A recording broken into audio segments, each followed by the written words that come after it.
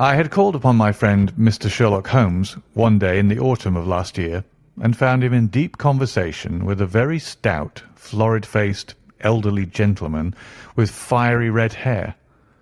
With an apology for my intrusion, I was about to withdraw when Holmes pulled me abruptly into the room and closed the door behind me.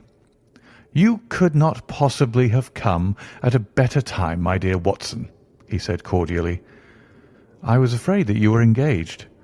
"So I am. Very much so." "Then I can wait in the next room."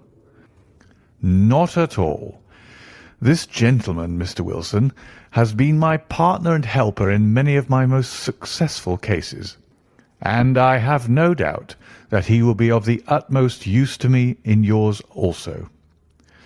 The stout gentleman half rose from his chair and gave a bob of greeting, with a quick little questioning glance from his small, fat-encircled eyes. "Try the settee," said Holmes, relapsing into his armchair and putting his fingertips together, as was his custom when in judicial moods. "I know, my dear Watson, that you share my love of all that is bizarre and outside the conventions and humdrum routine of everyday life. You have shown your relish for it by the enthusiasm which has prompted you to chronicle and, if you will excuse my saying so, somewhat to embellish so many of my own little adventures." "Your cases have indeed been one of the greatest interest to me," I observed.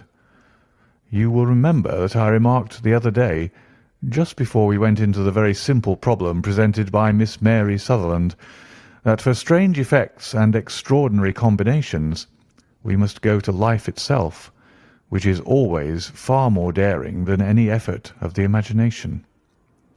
"A proposition which I took the liberty of doubting." "You did, Doctor.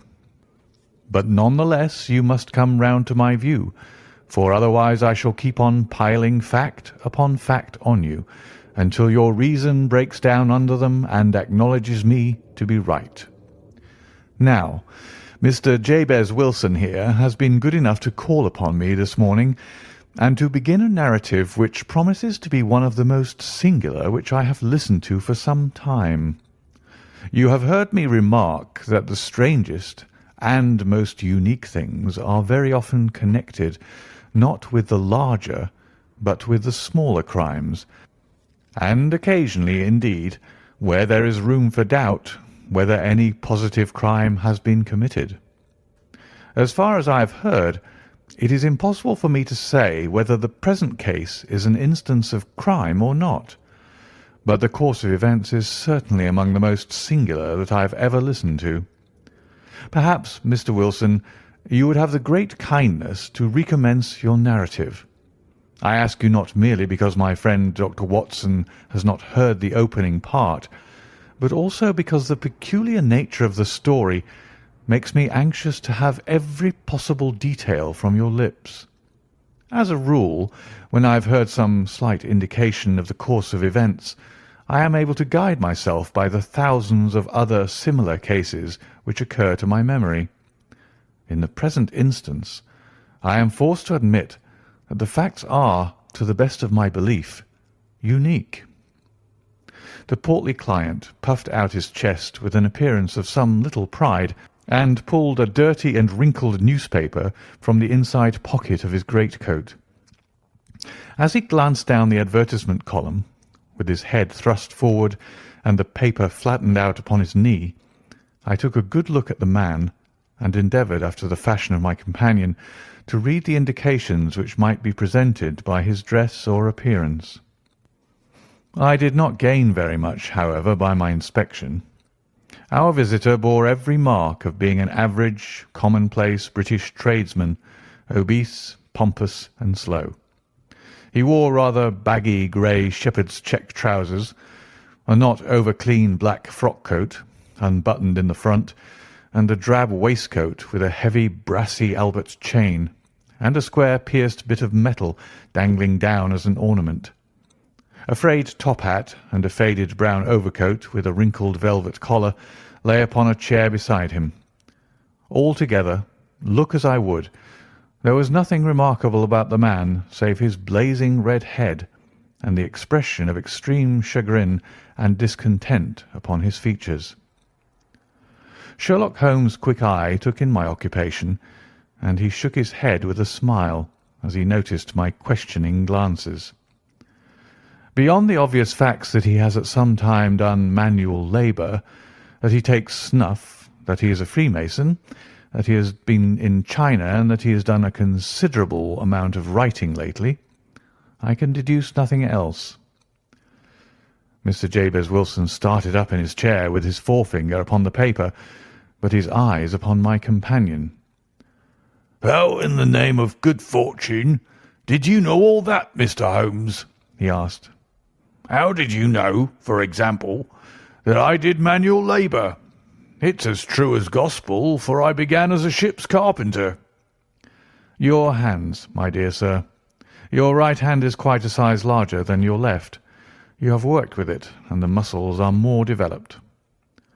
"Well, the snuff, then, and the Freemasonry." "I won't insult your intelligence by telling you how I read that, especially as, rather against the strict rules of your order, you use an arc and compass breastpin." "Ah, of course. I forgot that. But the writing—" "What else can be indicated by that right cuff, so very shiny for 5 inches, and the left one with the smooth patch near the elbow, where you rest it upon the desk?" "Well, but China?" "The fish that you have tattooed immediately above your right wrist could only have been done in China. I have made a small study of tattoo marks, and have even contributed to the literature of the subject. That trick of staining the fish's scales of a delicate pink is quite peculiar to China. When, in addition, I see a Chinese coin hanging from your watch chain, the matter becomes even more simple." Mr. Jabez Wilson laughed heavily. "Ha, ha! Well, I never!" said he.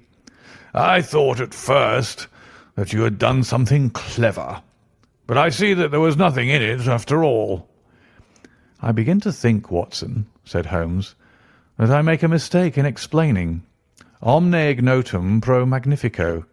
You know, and my poor little reputation, such as it is, will suffer shipwreck if I am so candid. Can you not find the advertisement, Mr. Wilson?" Yes, I have got it now," he answered with his thick red finger planted halfway down the column. "Here it is. This is what began it all. You just read it for yourself, sir." I took the paper from him and read as follows: "To the Red-Headed League.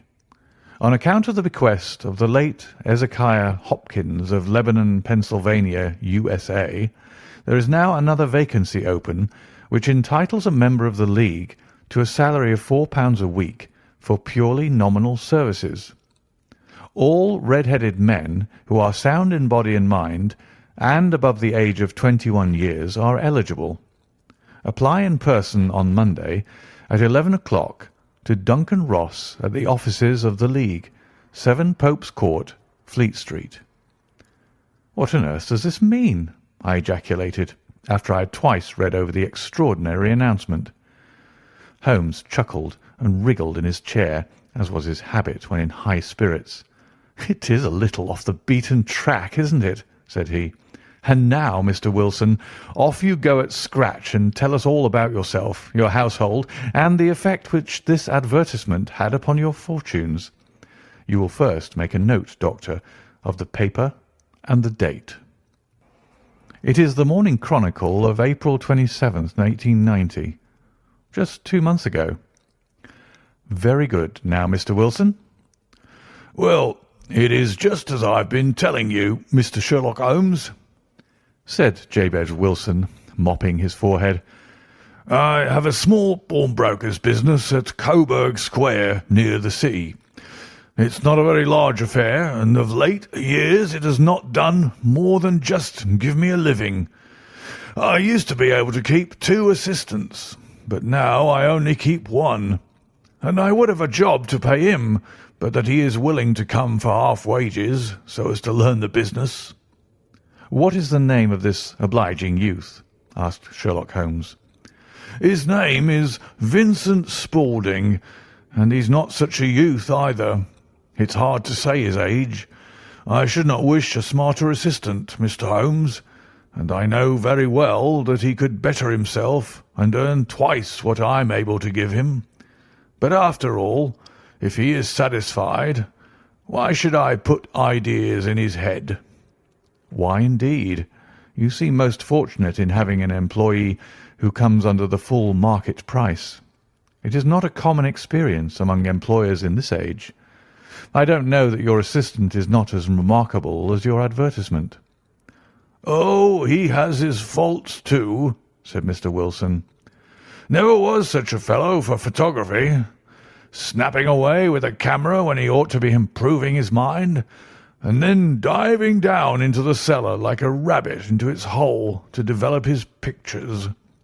That is his main fault, but on the whole he's a good worker. There's no vice in him." "He is still with you, I presume?" "Yes, sir. He and a girl of 14 who does a bit of simple cooking and keeps the place clean. That's all I have in the house, for I am a widower and never had any family. We live very quietly, sir, the three of us, and we keep a roof over our heads and pay our debts, if we do nothing more. The first thing that put us out was that advertisement. Spaulding, he came down into the office just this day, 8 weeks, with this very paper in his hand, and he says, 'I wish to the Lord, Mr. Wilson, that I was a red-headed man.' 'Why that?' I asks. 'Why,' says he, 'here's another vacancy on the League of the Red-Headed Men.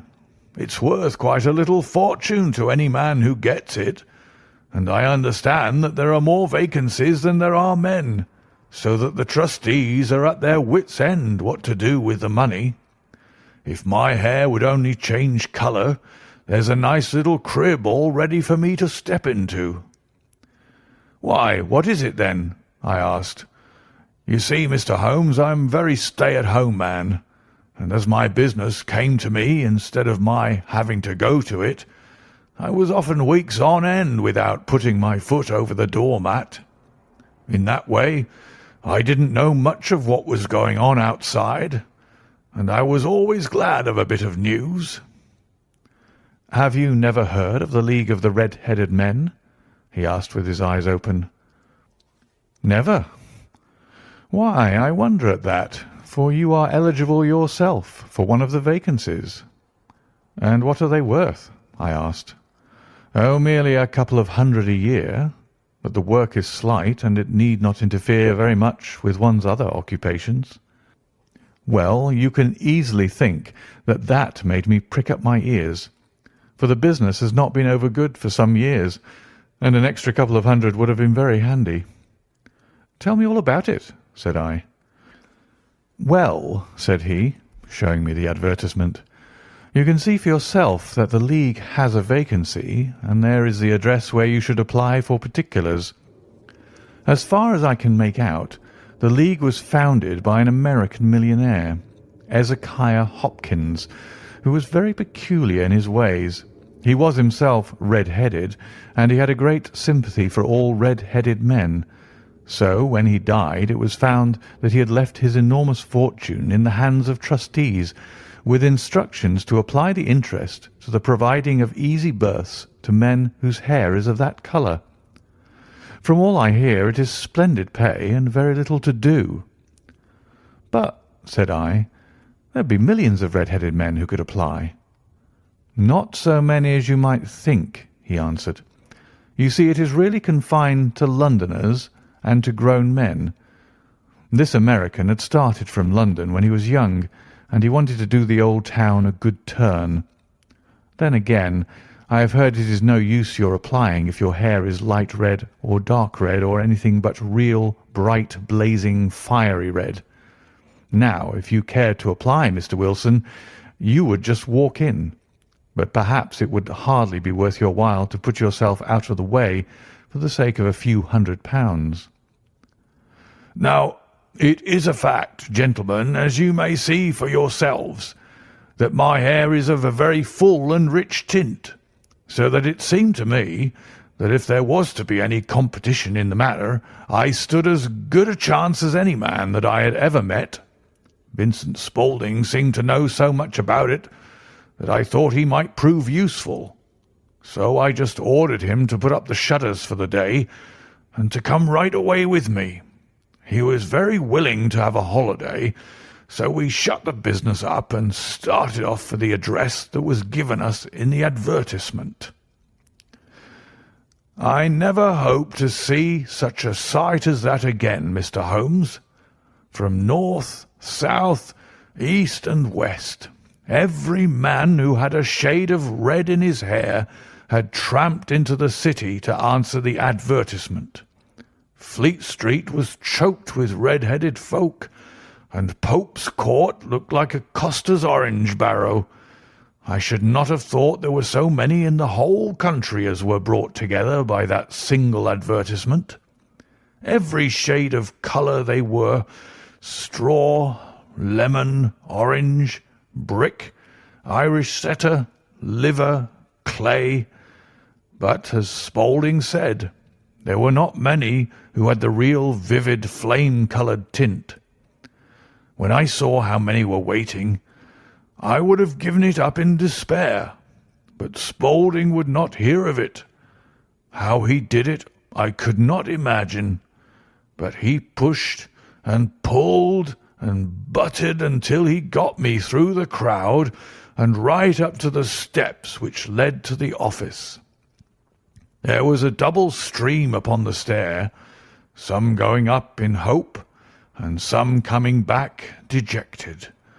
But we wedged in as well as we could, and soon found ourselves in the office.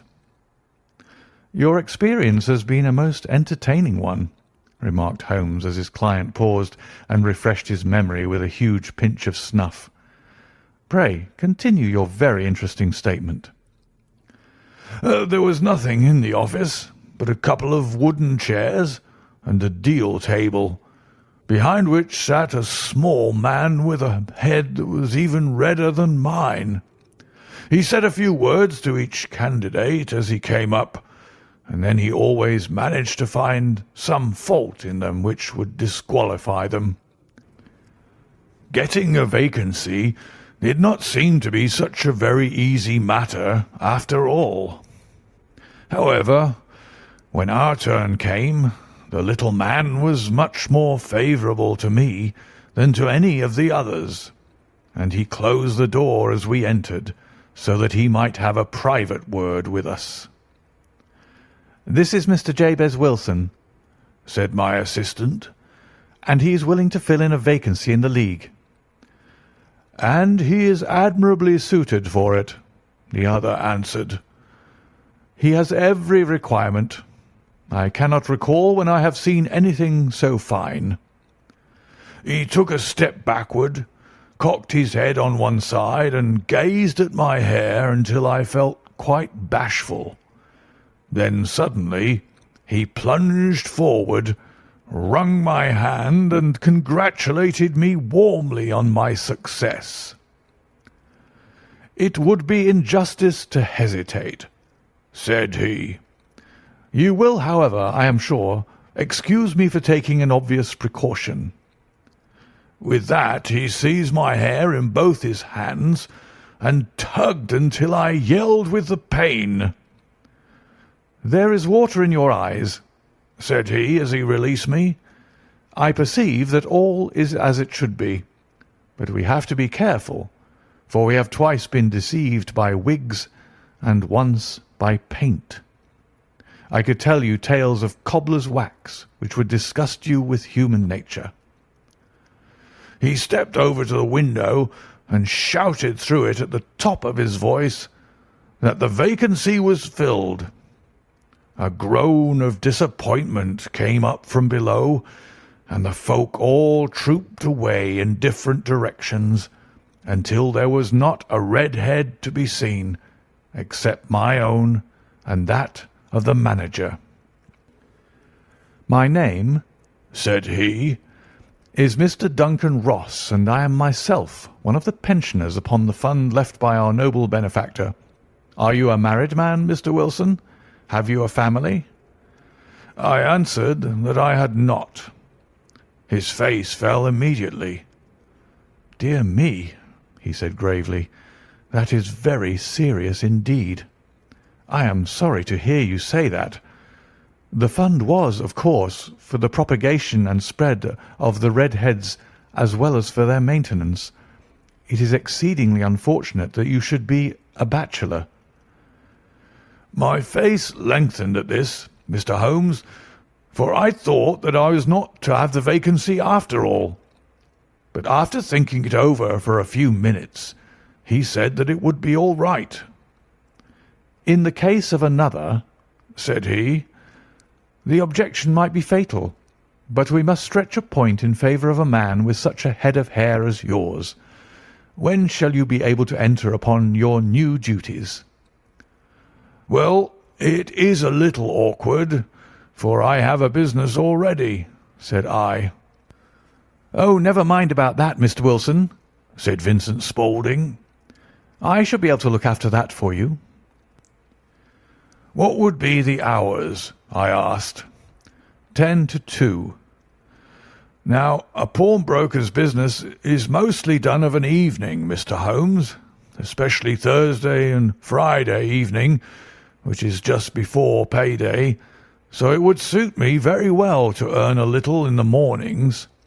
Besides, I knew that my assistant was a good man, and that he would see to anything that turned up." "That would suit me very well," said I. "And the pay?" "Is £4 a week." "And the work?" "Is purely nominal." "What do you call purely nominal?" "Well, you have to be in the office, or at least in the building, the whole time. If you leave, you forfeit your whole position forever. The will is very clear upon that point. You don't comply with the conditions if you budge from the office during that time." "It's only 4 hours a day, and I should not think of leaving," said I. "No excuse will avail," said Mr. Duncan Ross. "Neither sickness nor business nor anything else. There you must stay, or you lose your billet." "And the work?" "Is to copy out the Encyclopedia Britannica. There is the first volume of it in that press. You must find your own ink, pens, and blotting paper, but we provide this table and chair. Will you be ready tomorrow?" "Certainly," I answered. "Then good-bye, Mr. Jabez Wilson, and let me congratulate you once more on the important position which you have been fortunate enough to gain." He bowed me out of the room, and I went home with my assistant, hardly knowing what to say or do. I was so pleased at my own good fortune. Well, I thought over the matter all day, and by evening I was in low spirits again, for I had quite persuaded myself that the whole affair must be some great hoax or fraud, though what its object might be I could not imagine. It seemed altogether past belief that anyone could make such a will, or that they should pay such a sum for doing anything so simple as copying out the Encyclopedia Britannica. Vincent Spaulding did what he could do to cheer me up, but by bedtime I had reasoned myself out of the whole thing. However, in the morning I determined to have a look at it anyhow, so I bought a penny bottle of ink, and with a quill pen and 7 sheets of foolscap paper, I started off for Pope's Court. Well, to my surprise and delight, everything was as right as possible. The table was set out ready for me, and Mr. Duncan Ross was there to see that I got fairly to work. He started me off upon the letter A, and then he left me, but he would drop in from time to time to see that all was right with me. At 2 o'clock he bade me good day, complimented me upon the amount that I had written, and locked the door of the office after me. This went on day after day, Mr. Holmes, and on Saturday the manager came in and planked down 4 gold sovereigns for my week's work. It was the same next week, and the same the week after. Every morning I was there at 10, and every afternoon I left at 2. By degrees, Mr. Duncan Ross took to coming in only once of a morning, and then, after a time, he did not come in at all. Still, of course, I never dared to leave the room for an instant, for I was not sure when he might come, and the billet was such a good one and suited me so well that I would not risk the loss of it. 8 weeks passed away like this, and I had written about abbots and archery and armour and architecture and Attica, and hoped with diligence that I might get on to the bees before very long. It cost me something in foolscap, and I had pretty nearly filled a shelf with my writings, and then suddenly the whole business came to an end. To an end? Yes, sir, and no later than this morning. I went to my work as usual at 10 o'clock, but the door was shut and locked with a little square of cardboard hammered onto the middle of the panel with a tack. Here it is, and you can read for yourself. He held up a piece of white cardboard about the size of a sheet of notepaper. It read in this fashion: "The Red-Headed League is dissolved. October 9th, 1890. Sherlock Holmes and I surveyed this curt announcement and the rueful face behind it until the comical side of the affair so completely overtopped every other consideration that we both burst out into a roar of laughter. "I cannot see that there is anything very funny," cried our client, flushing up to the roots of his flaming head. "If you can do nothing better than laugh at me, I can go elsewhere." "No, no," cried Holmes, shoving him back into the chair from which he had half risen. "I really wouldn't miss your case for the world. It is most refreshingly unusual, but there is, if you will excuse me saying so, something just a little funny about it. Pray, what steps did you take when you found the card upon the door?" "I was staggered, sir. I did not know what to do. Then I called at the offices round, but none of them seemed to know anything about it. Finally I went to the landlord, who is an accountant living on the ground floor, and I asked him if he could tell me what had become of the Red-Headed League. He said that he had never heard of any such body. Then I asked him who Mr. Duncan Ross was. He answered that the name was new to him. "Well," said I, "the gentleman at number 4. "What, the red-headed man?" "Yes." "Oh," said he. "His name was William Morris. He was a solicitor and was using my room as a temporary convenience until his new premises were ready. He moved out yesterday." "Where could I find him?" "Oh, at his new offices. He did tell me the address. Yes, 17 King Edward Street, near St. Paul's." "I started off, Mr. Holmes, but when I got to that address, it was a manufactory of artificial kneecaps, and no one in it had ever heard of either Mr. William Morris or Mr. Duncan Ross."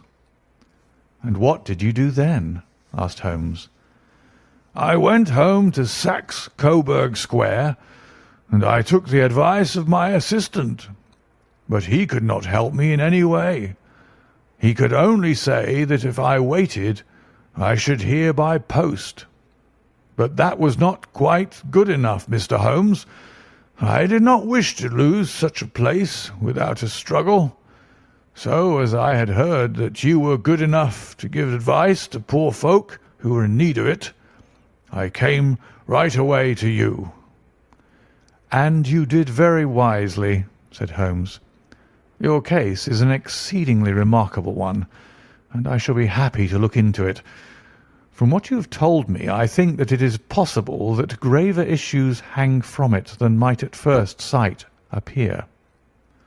"Grave enough," said Mr. Jabez Wilson. "Why, I have lost £4 a week." "As far as you are personally concerned," remarked Holmes, "I do not see that you have any grievance against this extraordinary league. On the contrary, you are, as I understand, richer by some £30, to say nothing of the minute knowledge which you have gained on every subject which comes under the letter A. You have lost nothing by them." "No, sir, but I want to find out about them, and who they are, and what their object was in playing this prank, if it was a prank, upon me. It was a pretty expensive joke for them, for it cost them £32. "We shall endeavour to clear up these points for you. And first, one or two questions, Mr. Wilson. This assistant of yours who first called your attention to the advertisement, how long had he been with you?" "Oh, about a month then." "How did he come?" "In answer to an advertisement." "Was he the only applicant?" "No, I had a dozen." "Why did you pick him?" "Because he was handy and would come cheap." "At half wages, in fact?" "Yes." "What is he like, this Vincent Spaulding?" "Small, stout built, very quick in his ways, no hair on his face, though he's not short of 30, has a white splash of acid upon his forehead." Holmes sat up in his chair in considerable excitement. "I thought as much," said he. "Have you ever observed that his ears are pierced for earrings?" "Yes, sir. He told me that a gypsy had done it for him when he was a lad." Said Holmes, sinking back in deep thought. "He is still with you?" "Oh, yes, sir. I have only just left him." "And has your business been attended to in your absence?" "Nothing to complain of, sir. There's never very much to do of a morning." "That will do, Mr. Wilson. I shall be happy to give you an opinion upon the subject in the course of a day or two. To-day is Saturday, and I hope that by Monday we may come to a conclusion." "Well, Watson," said Holmes when our visitor had left us, "what do you make of it all?" "I make nothing of it," I answered frankly. "It is a most mysterious business." "As a rule," said Holmes, "the more bizarre a thing is, the less mysterious it proves to be.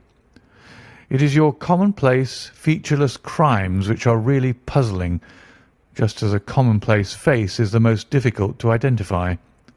But I must be prompt over this matter." "What are you going to do, then?" I asked. "To smoke," he answered. "It is quite a three-pipe problem, and I beg that you won't speak to me for 50 minutes." He curled himself up in his chair with his thin knees drawn up to his hawk-like nose, and there he sat with his eyes closed and his black clay pipe thrusting out like the bill of some strange bird. I had come to the conclusion that he had dropped asleep, and indeed was nodding myself, when he suddenly sprang out of his chair with the gesture of a man who has made up his mind and put his pipe down upon the mantelpiece. "Sarasate plays at the St. James's Hall this afternoon," he remarked. "What do you think, Watson?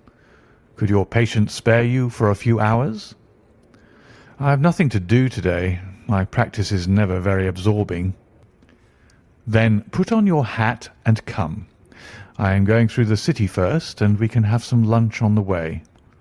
I observe that there is a good deal of German music on the programme. which is rather more to my taste than Italian or French. It is introspective, and I want to introspect. Come along.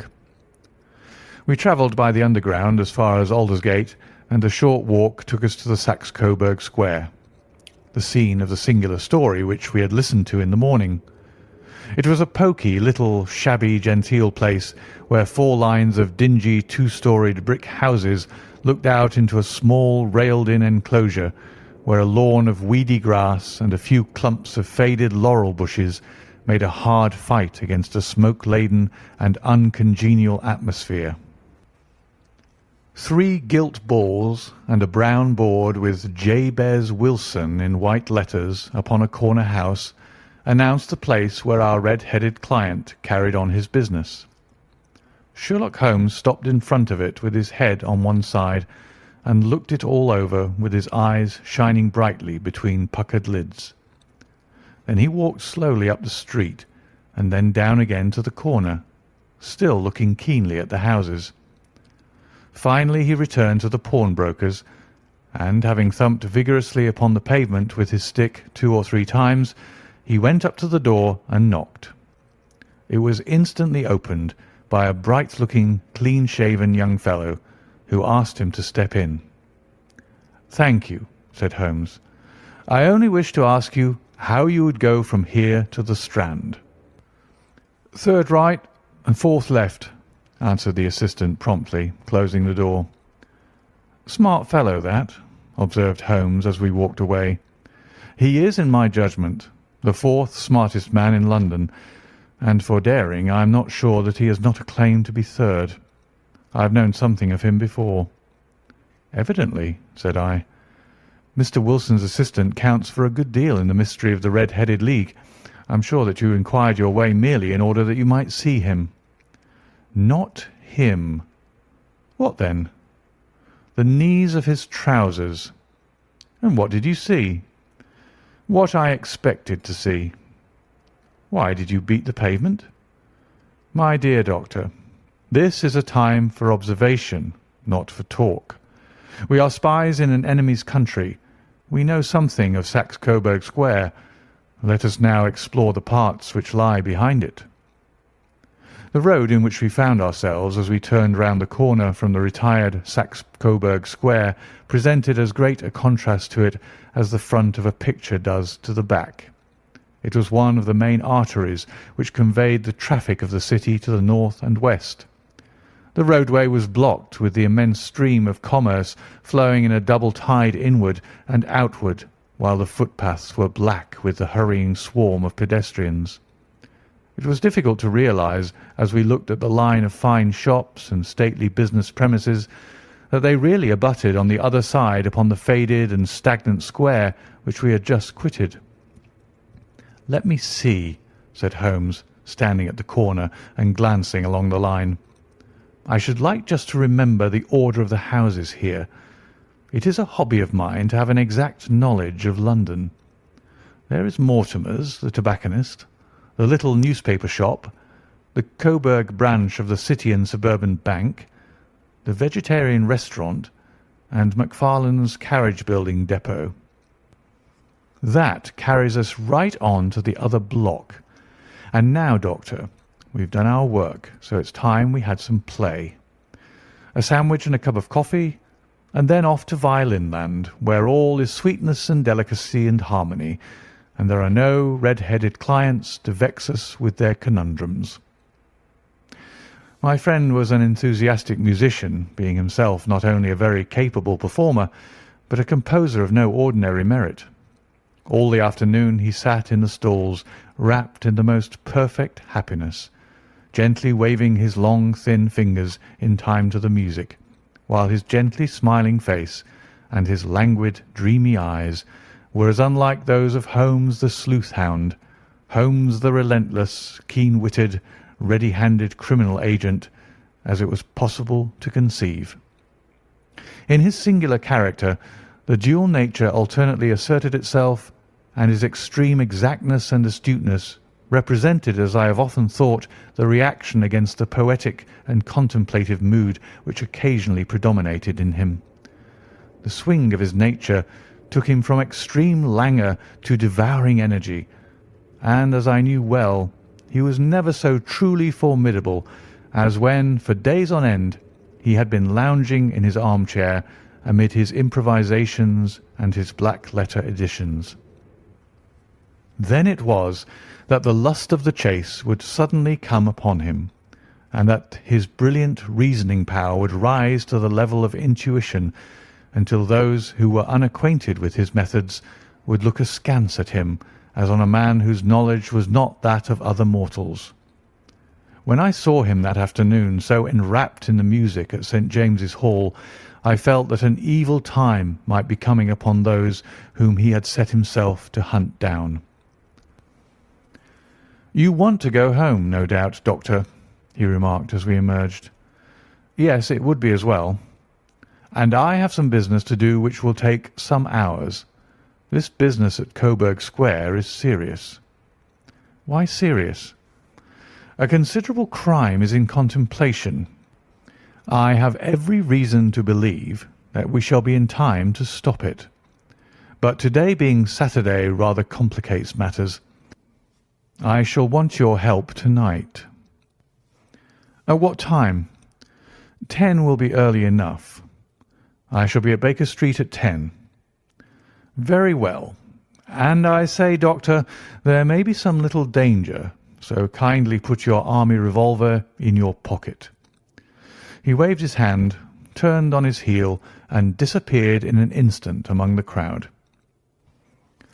I trust that I am not more dense than my neighbours, but I was always oppressed with a sense of my own stupidity in my dealings with Sherlock Holmes. Here I had heard what he had heard. I had seen what he had seen.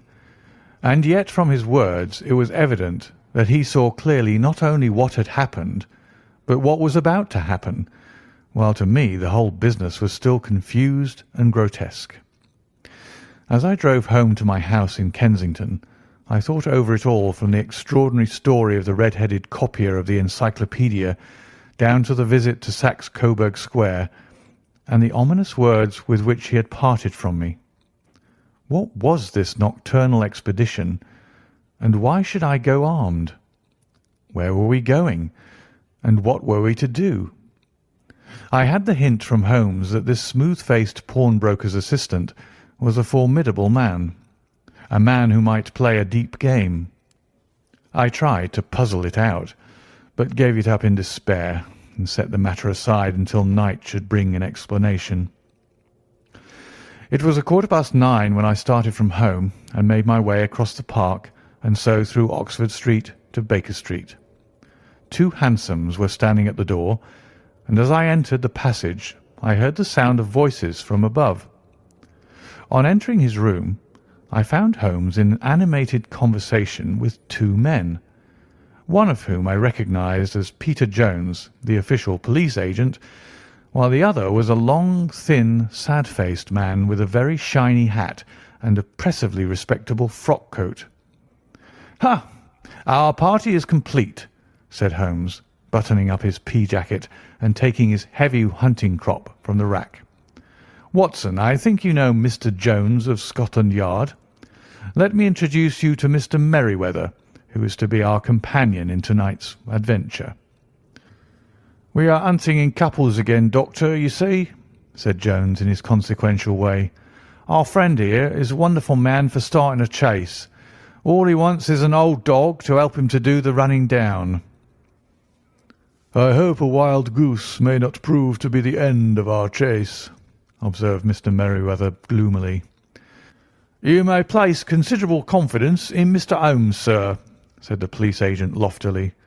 "He has his own little methods, which are, if you won't mind my saying so, just a little too theoretical and fantastic.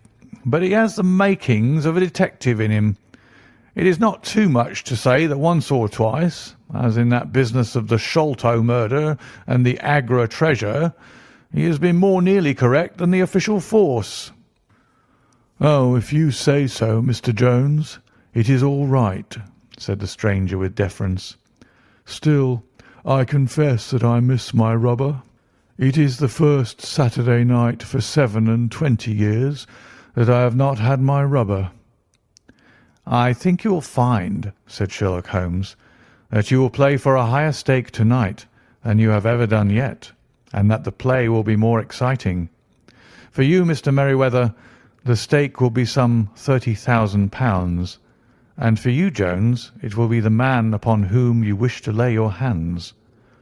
"John Clay, the murderer, thief, smasher, and forger. He's a young man, Mr. Merryweather, but he is at the head of his profession, and I would rather have my bracelets on him than any criminal in London. He's a remarkable man, is young John Clay. His grandfather was a royal duke, and he himself has been to Eton and Oxford. His brain is as cunning as his fingers, and though we might meet signs of him at every turn, we never know where to find the man himself. He'll crack a crib in Scotland one week and be raising money to build an orphanage in Cornwall the next. I've been on his track for years and have never set eyes on him yet." "I hope that I might have the pleasure of introducing you tonight. I've had one or two little turns also with Mr. John Clay, and I agree with you that he is at the head of his profession. It is past 10, however, and quite time that we started. If you two will take the first hansom, Watson and I will follow in the second." Sherlock Holmes was not very communicative during the long drive, and lay back in the cab humming the tunes which he had heard in the afternoon. We rattled through an endless labyrinth of gaslit streets until we emerged into Farrington Street. "We are close there now," my friend remarked. "This fellow Merryweather is a bank director, and personally interested in the matter. I thought it as well to have Jones with us also. He's not a bad fellow, though an absolute imbecile in his profession. He has one positive virtue. He's as brave as a bulldog and as tenacious as a lobster if he gets his claws upon anyone. Here we are, and they are waiting for us." We had reached the same crowded thoroughfare in which we had found ourselves in the morning. Our cabs were dismissed, and following the guidance of Mr. Merryweather, we passed down a narrow passage and through a side door which he opened for us. Within there was a small corridor which ended in a very massive iron gate. This also was opened and led down a flight of winding stone steps, which terminated at another formidable gate. Mr. Merryweather stopped to light a lantern, and then conducted us down a dark, earth-smelling passage, and so, after opening a third door into a huge vault or cellar, which was piled all round with crates and massive boxes. "You are not very vulnerable from above," Holmes remarked as he held up the lantern and gazed about him. "Nor from below," said Mr. Merryweather, striking his stick upon the flags which lined the floor. "Why, dear me, it sounds quite hollow," he remarked, looking up in surprise. "I must really ask you to be a little more quiet," said Holmes severely. "You have already imperilled the whole success of our expedition. Might I beg that you would have the goodness to sit down upon one of these boxes, and not to interfere?" The solemn Mr. Merryweather perched himself upon a crate, with a very injured expression upon his face, while Holmes fell upon his knees upon the floor, and with a lantern and a magnifying lens began to examine minutely the cracks between the stones. A few seconds sufficed to satisfy him, for he sprang to his feet again and put his glass in his pocket. "We have at least an hour before us," he remarked, "for they can hardly take any steps until the good pawnbroker is safely in bed. Then they will not lose a minute, for the sooner they do their work, the longer time they will have for their escape. We are at present, Doctor, as no doubt you have divined, in the cellar of the City branch of one of the principal London banks. Mr. Merryweather is the chairman of directors, and he will explain to you that there are reasons why the more daring criminals of London should take a considerable interest in this cellar at present." "It is our French gold," whispered the director. "We have had several warnings that an attempt might be made upon it." "Your French gold?" "Yes. We had occasion some months ago to strengthen our resources, and borrowed for that purpose 30,000 napoleons from the Bank of France. It has become known that we have never had occasion to unpack the money, and that it is still lying in our cellar. The crate upon which I sit contains 2,000 napoleons packed between layers of lead foil.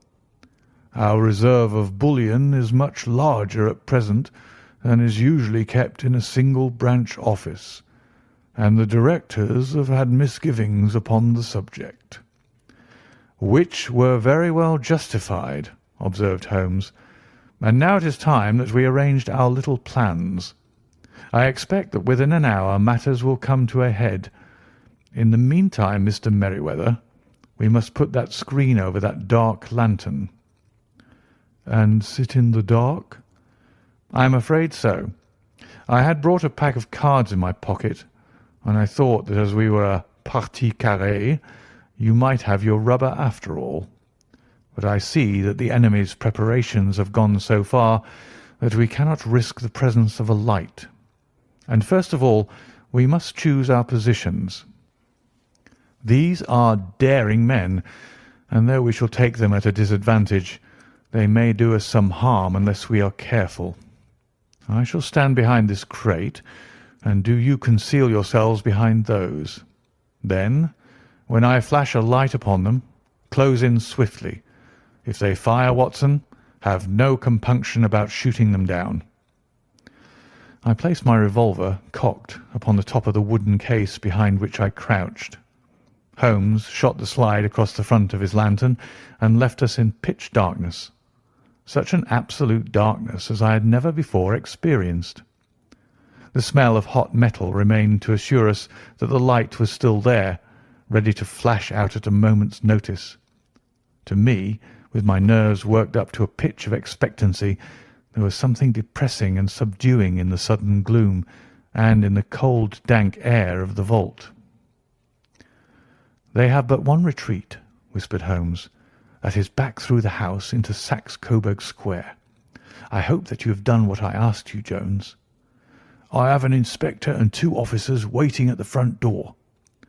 "Then we have stopped all the holes, and now we must be silent and wait." What a time it seemed! From comparing notes afterwards, it was but an hour and a quarter, yet it appeared to me that the night must have almost gone and the dawn be breaking above us. My limbs were weary and stiff, for I feared to change my position, yet my nerves were worked up to the highest pitch of tension, and my hearing was so acute that I could hear the gentle breathing of my companions, but I could distinguish the deeper, heavier in-breath of the bulky Jones from the thin, sighing note of the bank director. From my position I could look over the case in the direction of the floor. Suddenly my eyes caught the glint of a light. At first it was but a lurid spark upon the stone pavement. Then it lengthened out until it became a yellow line, and then, without any warning or sound, a gash seemed to open, and a hand appeared, a white, almost womanly hand, which felt about in the centre of the little area of the light.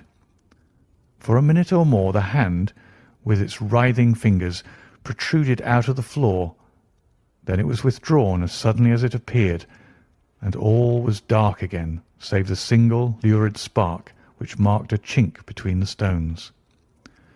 Its disappearance, however, was but momentary.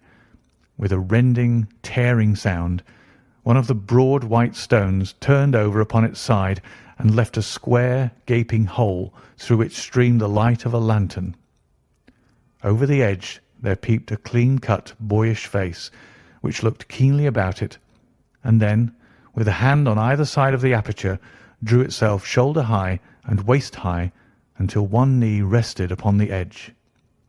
In another instant he stood at the side of the hole and was hauling after him a companion, lithe and small like himself, with a pale face and a shock of very red hair.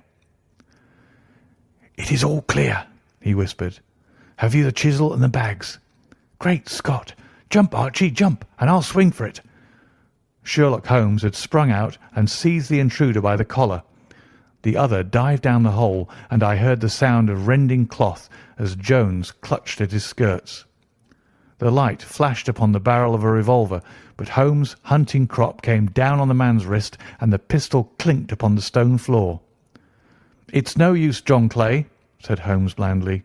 "You have no chance at all." "So I see," the other answered with the utmost coolness. "I fancy that my pal is all right, though.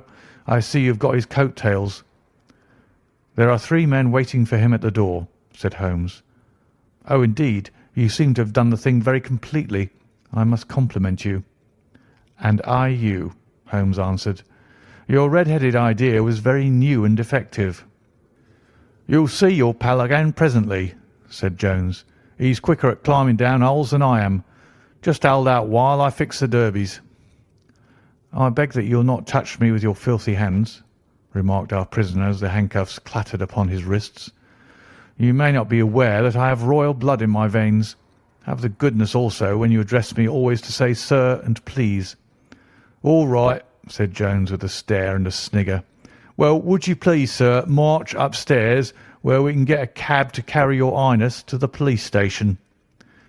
"That is better," said John Clay serenely. He made a sweeping bow to the 3 of us, and walked quietly off in the custody of the detective. "Really, Mr. Holmes," said Mr. Merryweather as we followed them from the cellar, "I do not know how the bank can thank you or repay you. There is no doubt that you have detected and defeated in the most complete manner one of the most determined attempts at bank robbery that have ever come within my experience."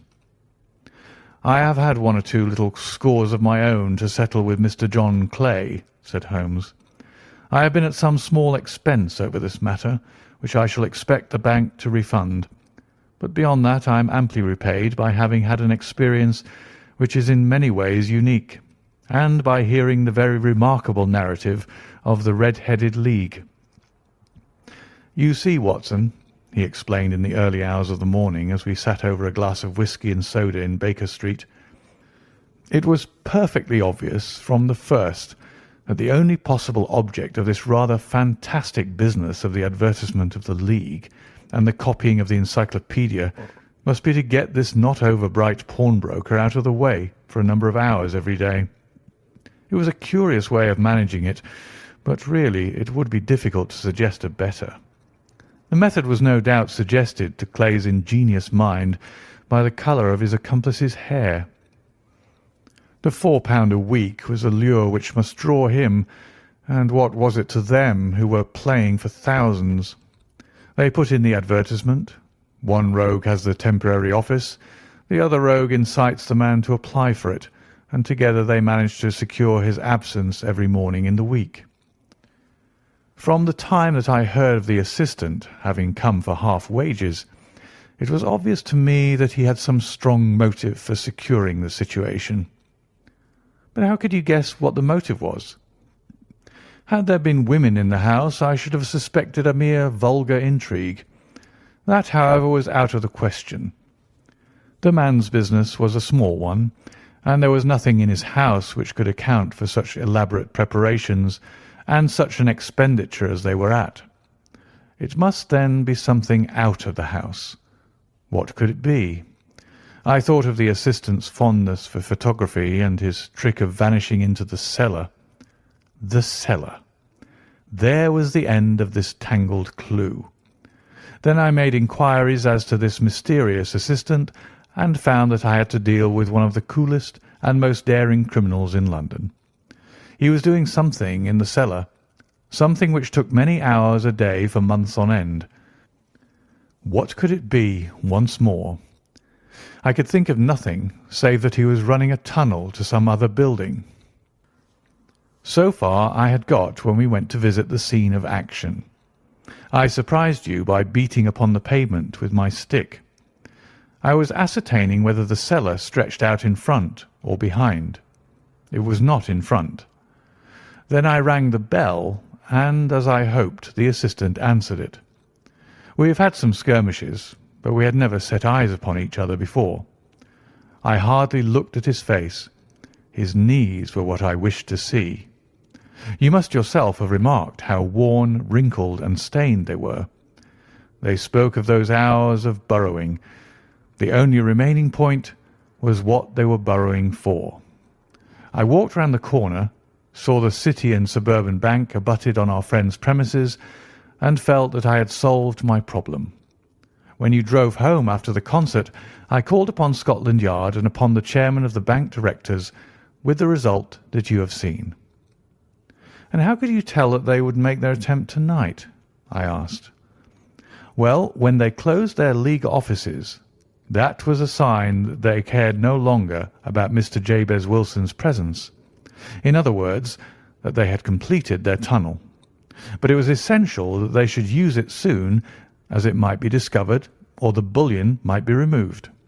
Saturday would suit them better than any other day, as it would give them 2 days for their escape. For all these reasons, I expected them to come tonight." "You reasoned it out beautifully," I exclaimed in unfeigned admiration. "It is so long a chain, and yet every link rings true." "It saved me from ennui," he answered, yawning. "Alas, I already feel it closing in upon me. My life is spent in one long effort to escape from the commonplaces of existence. These little problems help me to do so." "And you are a benefactor of the race," said I.